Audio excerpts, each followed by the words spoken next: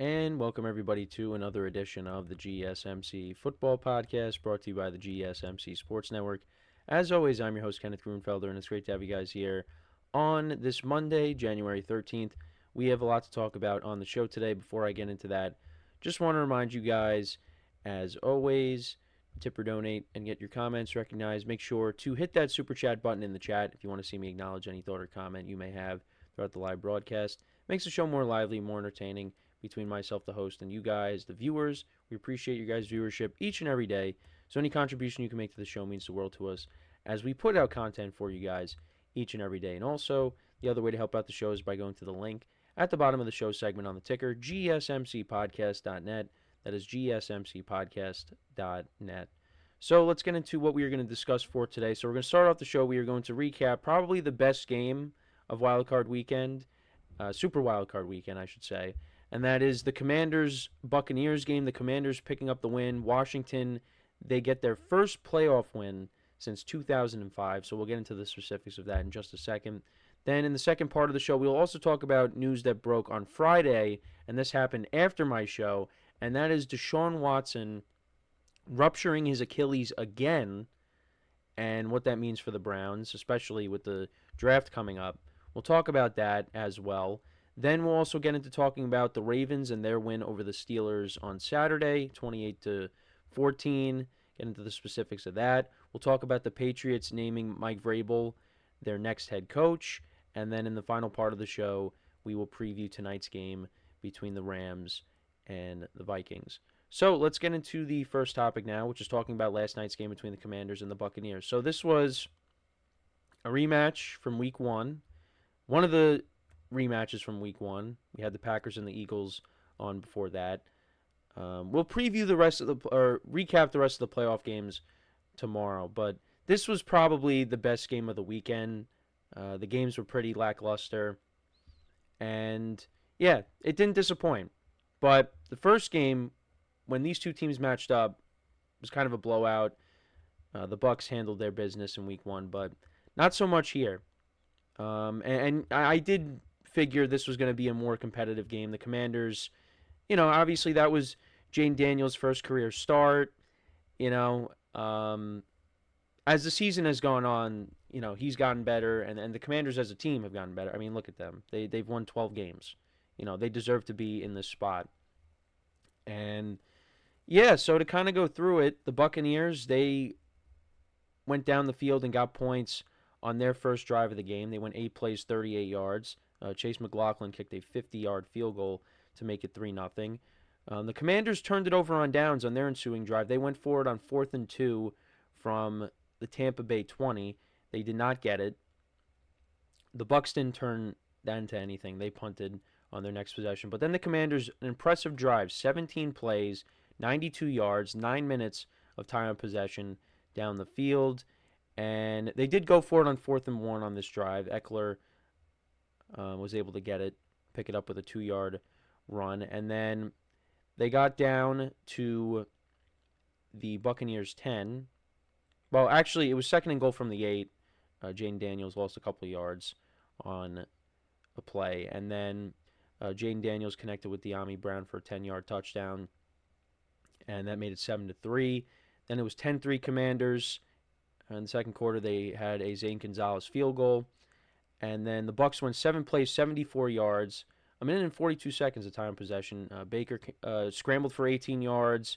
He trucked Bobby Wagner. I think that was the play he trucked Bobby Wagner on. Then there was another 11 yards to Mike Evans, 12 to Cade Otton, another 20 to Mike Evans. Then there was a defensive pass interference call on Marshawn Lattimore. So, we had him and Mike Evans going at it last night. And then Baker connected with Mike Evans for a 1-yard touchdown, so that tied the game. And that was what the score was at the half.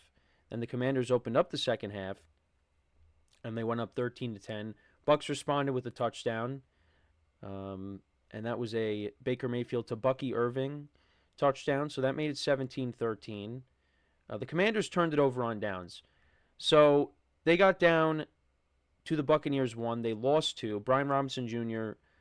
Tried to score, of course, but he lost a couple of yards. Then Jane Daniels tried to hit Brian Robinson again, incomplete. And they went for it on 4th and goal from the 3. Now, I was like, just take the points afterwards because they didn't convert. Now, obviously, if they get it, you think, all right, that was a great call. But I was just of the mindset, just take the points. It's still early in the fourth quarter. There's plenty of time left. And even if the Bucs do score, it's still a one possession game because you got the touchdown and then the 2-point conversion. Now, some people can look at it and say, well, it's not a one possession game because, then you have to go for the 2. But yeah, you still have a chance to go down the field, get the touchdown, and then get the 2, all in the same possession. So yeah, it's still a one possession game, but I know some people maybe view it differently.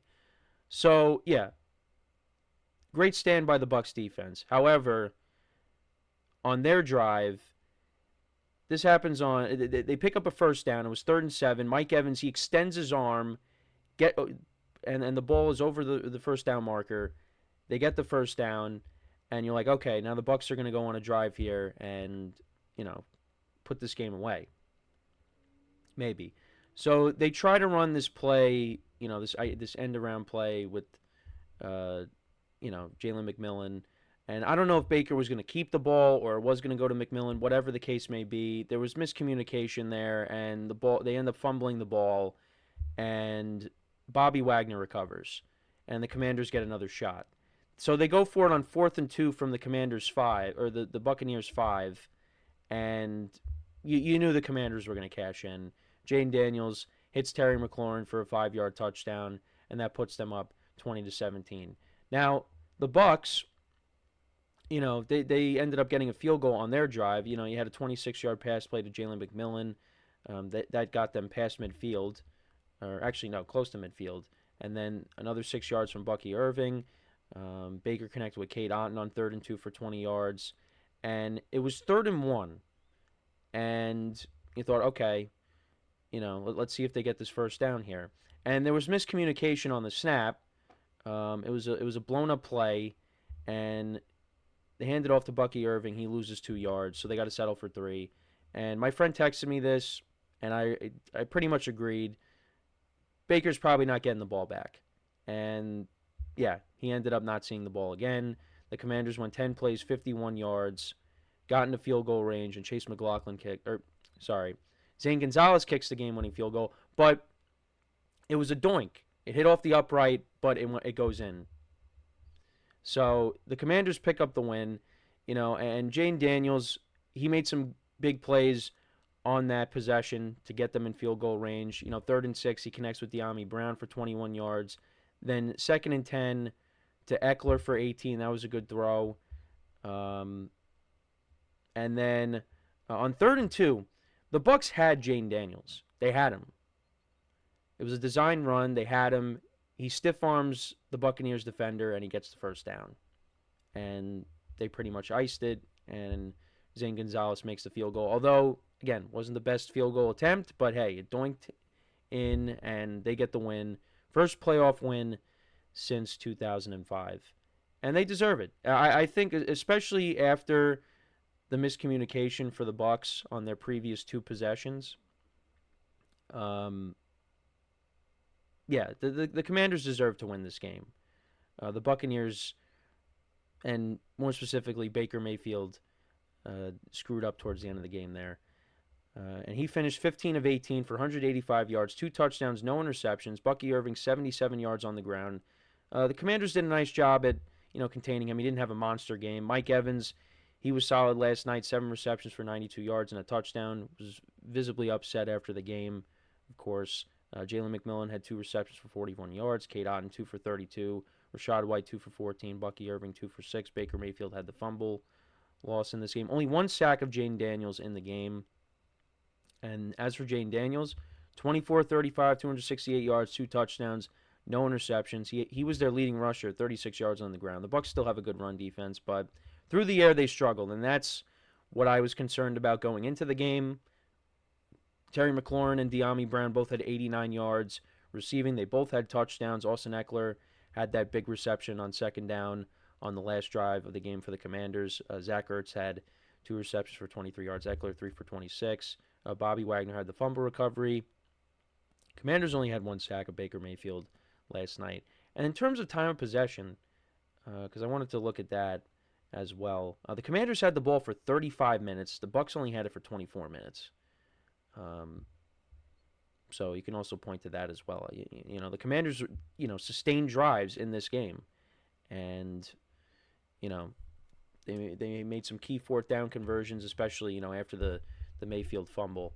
Because like I said, I knew when they got their second chance and they were going for it on fourth down again, I said they're going to convert, and that's what happened. So the Commanders move on, and because of that, they will be playing. They are the lowest seed remaining in the NFC playoffs. They will be playing the Lions next week. The Buccaneers, they're going home. So the winner of tonight's game between the Vikings and the Rams, they will be going to Philly to take on the Eagles, and we'll talk about the Eagles-Packers game tomorrow.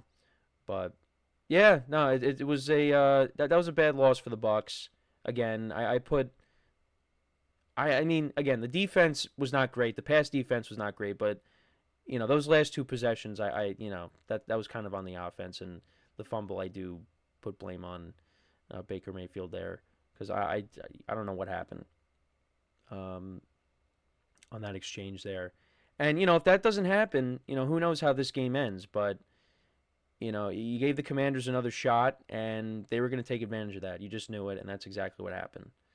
So, credit to them. They pick up the win, and it does set up a very interesting matchup between them and the Lions. So, we'll talk about that game later in the week. The Buccaneers, they go home, and, there's some things that they can do to improve this roster. I think the defense needs some improvement. We'll see what they end up doing with Chris Godwin if they bring him back.